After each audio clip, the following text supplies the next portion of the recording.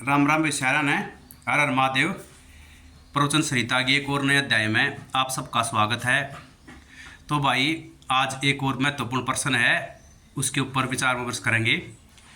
प्रश्न की है तो गुरु गाम में देखा होगा आपने, ये रोज सत्संग कराए जाए या एक दो सत्संग ले रही है को करावा करा। तो ये प्रश्न है कि भाई सत्संग से इस परमात्मा को प्राप्त कराया जा सके है, जाना जा सका है। और तो इस बात पर मैं प्रकाश ज्ञान का प्रयत्न करूँगा।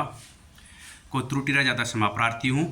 तो सबसे पहले महत्वपूर्ण ये है कि सत्संग का मतलब क्या होगा, उसका अर्थ हमने समझना पड़ेगा। उसका मतलब आप शाब्दिक अर्थ समझ कर देखो। सत्संग जिस सत्य का साथ यानी सत्य को जानना और सत्य का समर्थन करना और सत्य का पालन करना, इसका ये भावार्थ होगा, ये अर्थ निकलेगा। तो सबसे महत्वपूर्ण यहाँ क्या है, सबसे महत्वपूर्ण ये है कि सबसे पहले ये जानेंगे सत्य क्या है और असत्य क्या है। देखो भाई, सत्य की जो परिभाषा मेरी नज़र में है वो ये है कि जिसमें कोई परिवर्तन नहीं आया है, जो हमेशा एक जैसा बना रहा है, जो नित्य है, शाश्वत है और सनातन है, जिसमें जो अपरिवर्तनशील है वो सत्य है। और असत्य की है, असत्य तो वो है भाई जो मिनट मिनट में बदला है और जो समय के साथ इसमें परिवर्तन आ जाए, नष्ट हो जाए। क्योंकि सत्य ना तो कभी नष्ट होता ना कभी सत्य में बदलाव आता, वो हमेशा एक जैसा रहा है और एक जैसा ही बना रहा है।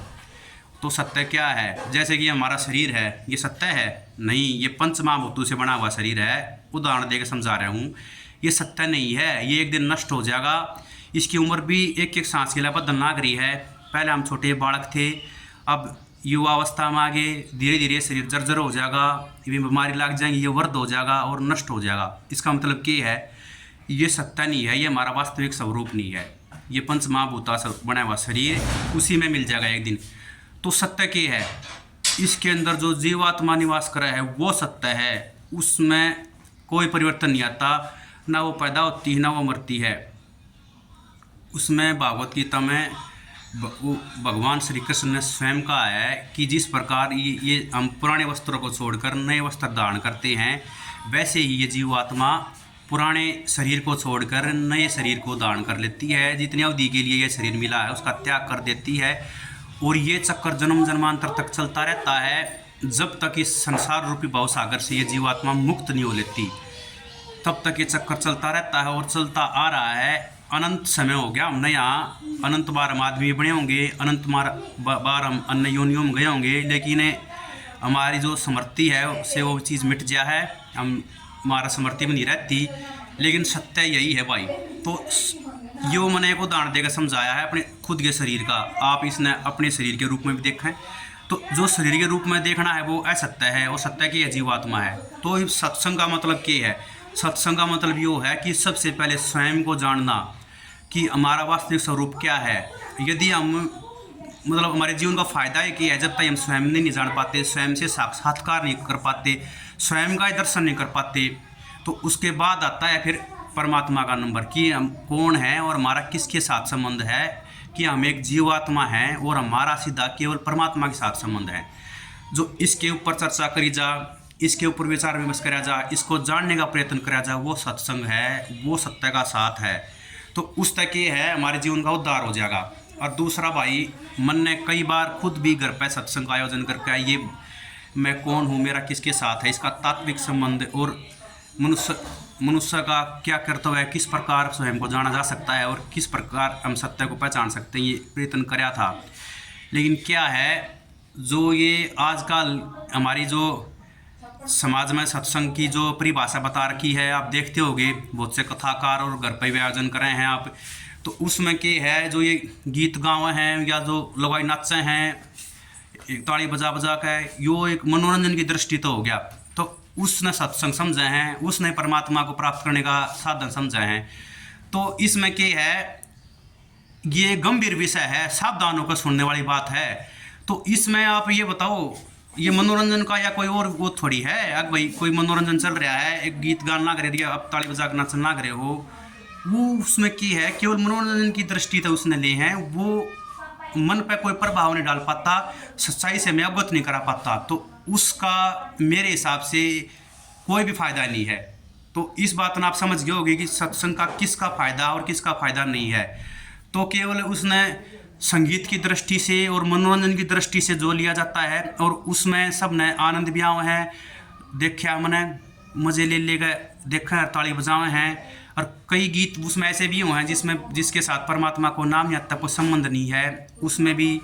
और उसमें यो आयोजन नित्य प्रतिदिन होता रहा है, या टीवी में भी देखूँ बहुत से कथाकार भी इस काम न करे हैं कि भाई पब्लिक ने ज़्यादा होगी, ज़्यादा लोग इसकी तरफ अवगत होंगे, तो सच्चाई के साथ उसका तनिक भी संबंध नहीं है।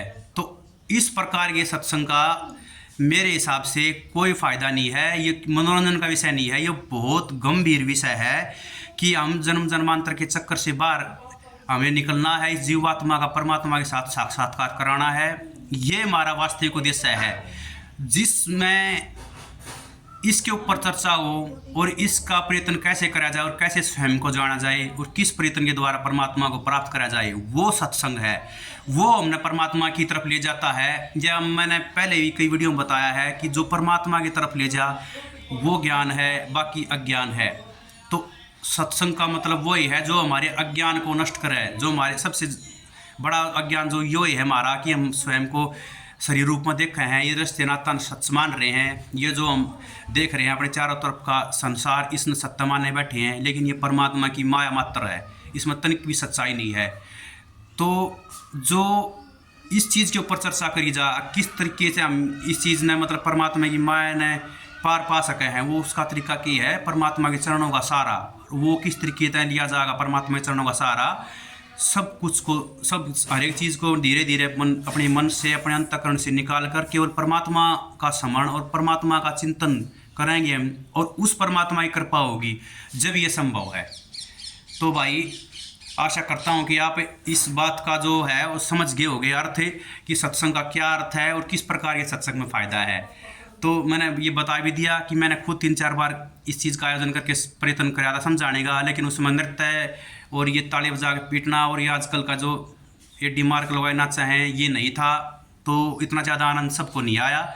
और मैं तो ये समझता हूँ कि जो मैं प्रयत्न कर रहा हूँ उसमें भी मैं बहुत हद तक सफल नहीं हुआ हूँ अब तक। अगर सफल हुआ होता तो जो ये संसार में भ्रांति फैला कर और अश्लीलता फैला कर जो लाखों फॉलोअर ले बैठे हैं, तो लोग पता नहीं समाज की मन की स्थिति कैसी जा रही है, तो हमारे भी 100 सब्सक्राइब ना होते। तो भाई जो भी भाई जुड़े उड़ रहे हैं, चाहे वे 1 जुड़ रहे हैं चाहे 1000 जुड़ रहे हैं, इस बात का कोई महत्व नहीं है। जो हमने केवल कर्म करना है, निष्काम कर्म, तो हमारा कर्म ये है कि हम समाज में जागृति लाने का प्रयत्न करें कि इस जीवन के उद्देश्य है एक स्वस्थ शरीर का निर्माण कैसे करा जाए और एक स्वस्थ मन का निवास कैसे करा जाए, परमात्मा से हमारा संबंध कैसे जोड़ा जाए। और इसका मैं प्रयत्न करता भी रहूँगा। बस आपसे सहयोग की आवश्यकता है, और सहयोग के लिए मैं यही आपको फिर प्रार्थना करूँगा कि ये वीडियो अच्छी लग रही हो तो आप लाइक करें, अगर कोई त्रुटि हो तो उसको भी आप कमेंट करके बताएं, मैं दूर करने का प्रयत्न करूँगा। और अपने मित्रों और रिश्तेदारों के साथ शेयर करें। अगर यूट्यूब पर देख रहे हो तो चैनल को सब्सक्राइब करें, और फेसबुक या इंस्टाग्राम पर मेरे पेज को फॉलो करें। हर हर महादेव, जय श्री राम। एक और नई प्रवचन श्रीता की वीडियो में फिर मुलाकात होगी। तब तक अगर किसी का कोई प्रश्न है तो वो कमेंट करके ज़रूर बताएं, मैं उत्तर देने का प्रयत्न अवश्य करूँगा भाई। जय श्री राम। देवादिदेव महादेव की कृपा सब पर बनी रहो। हर हर महादेव। फिर से सबको